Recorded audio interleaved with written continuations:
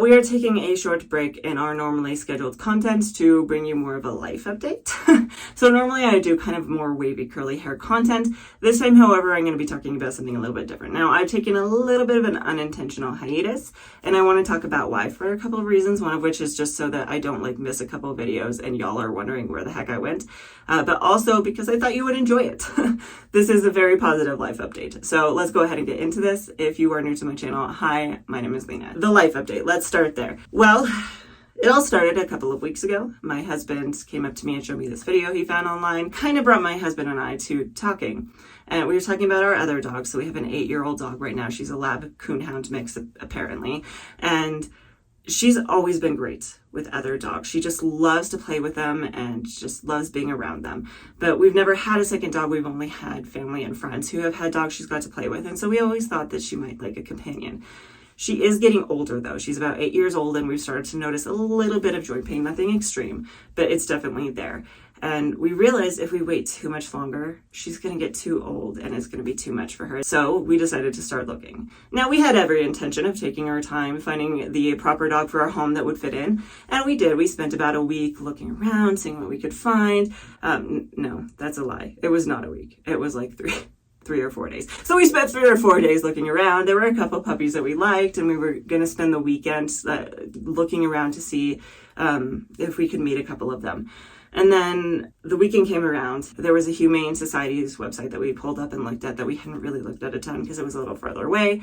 And we saw one puppy in particular we just fell in love with. A little 3.5-month-old puppy, supposedly a Labrador Retriever Husky mix. And she just melted our hearts. She was so cute. She has the 2 different colored eyes, a blue eye and a brown eye, the heterochromia that's pretty common to Huskies. Other than that, she looks pretty much like she could be just about anything. So we really wanted to go meet this puppy. And so we decided that the next day we were going to be there at opening and be ready to meet this puppy. Now we had picked out a couple of other ones that we thought we would kind of meet with as well and kind of double check our sanity.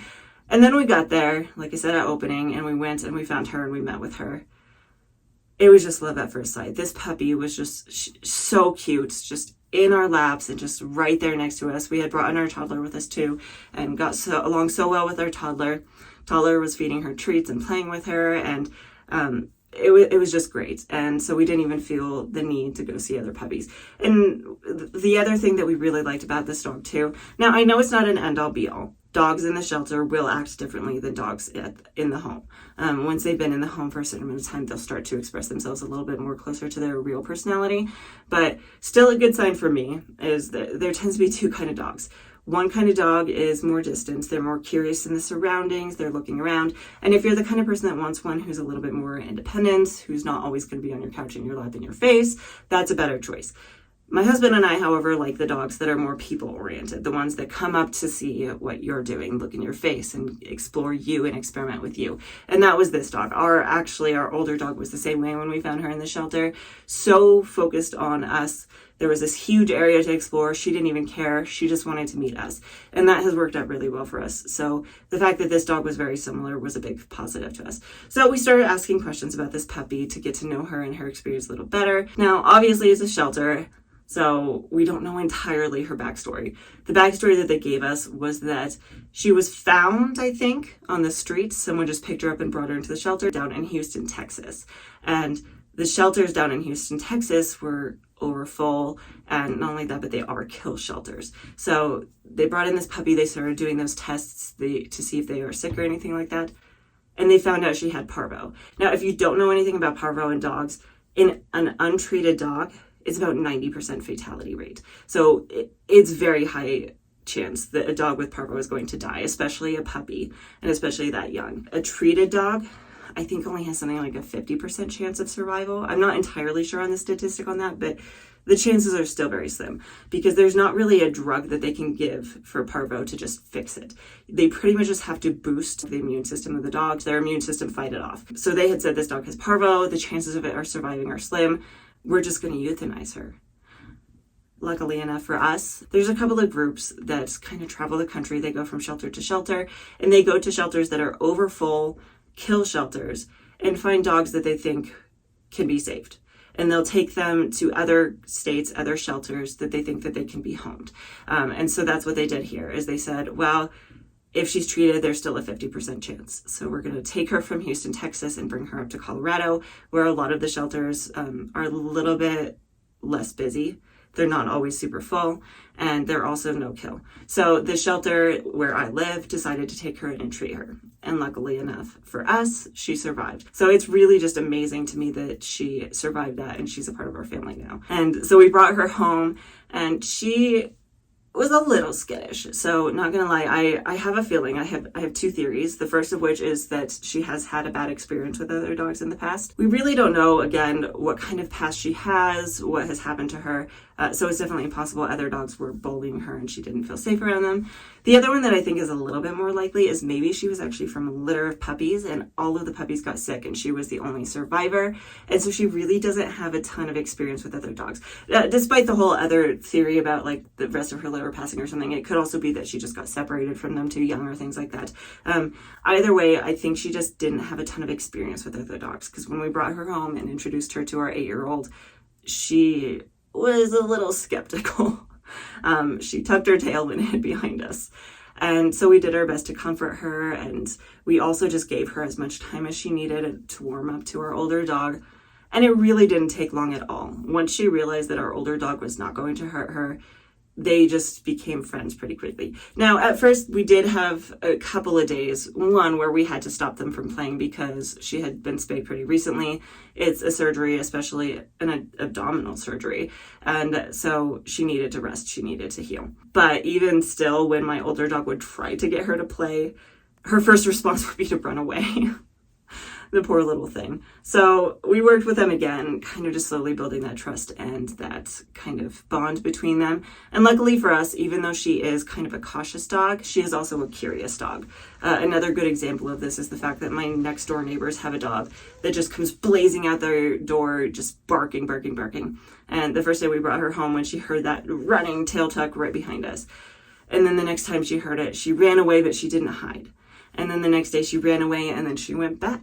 And so she slowly has worked her way up, and she's a lot more confident now, thank goodness. And other dogs don't bother her as much anymore. In fact, it's actually still kind of difficult to keep her and my older dog from playing. Technically, I think she just hit the mark where they're allowed to play now. So by the time I post this video, I'm sure I can get a few videos of them playing together. They're so funny. They just look like they're having such a blast, and they're already really good friends. How does she get along with our toddler? Well, for the most part, they get along really, really well. The first night we brought her home, this is a little bit my fault, but it's still heartwarming. We weren't 100% sure when we got the dog, and even when we brought it home, if we were going to keep her, partially just because we wanted to see how she interacted with our cat and our dog. And if she just could not get along with our dog and our cat, we just couldn't keep her. So because I didn't want, a 3-year-old doesn't understand. I didn't want to get her hopes up. So I told her we're just going to babysit the doggy for a couple nights and then see where it goes from there. After the first night, she came to me and she goes, "Mommy, can we keep the new doggy forever?" How do you say no after that? So I told her, yes, we will probably keep the new doggy forever. And since that point, she's asked me a few times still if the doggy is going to stay with us. And I keep telling her, yes, the doggy is ours now. Beyond that, I mean, obviously it's a puppy. We pretty quickly got rid of the jumping. She was quite the jumper at first, as most puppies are, but she doesn't really jump much anymore, which made my toddler love her just a little bit more. She does still occasionally steal food and things like that. And we are still working on potty training, but overall, the two of them get along pretty well.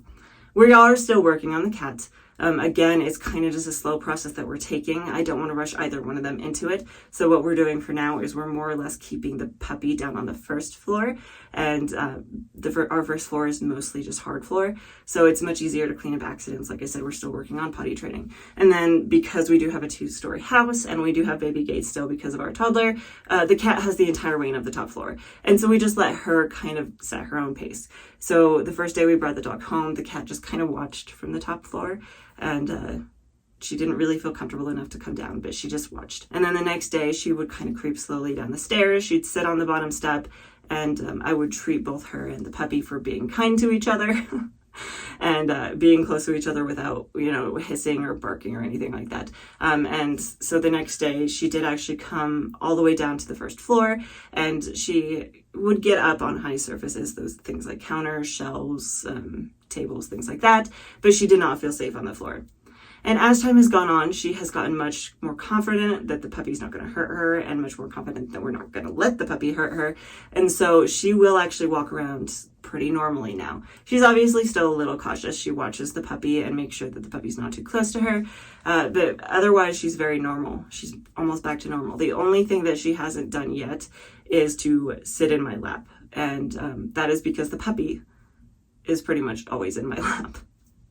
This dog thinks she is a lap dog, and if they're right and she is 3.5-month-old puppy, she's going to be a big dog. Now, on that same note, there is actually one more thing I want to talk about before closing off, and I'm curious to get your input, any of you who have dogs, to what you think. The first thing is, they said this puppy is 3.5 months old. I disagreed pretty quickly, and my husband said he had the same feeling, and then we took her to the vet, and they also said that they disagreed with that, and the reasoning being that she actually has molars, and apparently puppies don't get molars until they're 4 to 6 months old, so she's probably more like 4.5 months old, which makes a little bit more sense.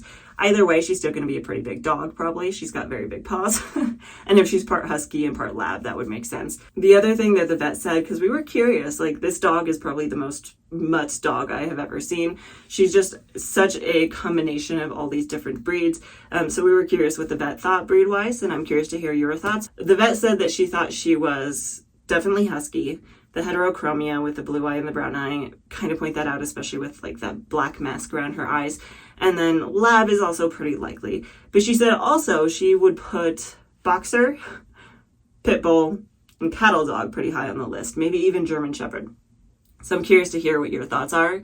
I mean, in general, we'll probably never know beyond that she's just some sort of husky mix. That's the only one that's really super obvious to us. But I'm curious to hear your feedback. So anyway, that is the reason that I have been kind of busy lately. And the reason I've had a hard time filming videos. It's just hard with a puppy around, especially because my husband does work in the office. So she's pretty much my sole responsibility at the moment. Potty training her and then making sure that she's just safe in her environment, feels safe here, spending time with her, bonding with her, and making sure she's not peeing on the floor and things like that, or chewing things up. That being said, for the most part, she's doing okay, so I should be able to get kind of back in the flow of things. Now tell me if this has ever happened to you. This is a brand new one for me. I've had dogs for a while now, and this is a first. The other dogs I have had, when you tried to crate train them, would scream bloody murder, regardless of how you tried to introduce it slowly, positive training, positive feedback, give them treats, make them happy, make them comfortable. Our 8-year-old dog, when we brought her home the first night, we tried very slowly introducing her. She screamed the entire first night that we brought her home, and almost the entire night for a week after that. This puppy, when we brought her home, we put her down on the floor. She went immediately to that crate, climbed in, lay down, and slept. And she slept the entire night. That just kind of blew me away. And she has done that ever since, is just gone to her crate and laid down on her own without any incentive, lay down and gone to sleep. So hopefully I will have more wavy curly hair content for you coming up next week. If you would like to see videos like this about my other pets and a little bit more about their story, I'm happy to do so if you're curious about them. Otherwise, hopefully, I'll see you next time.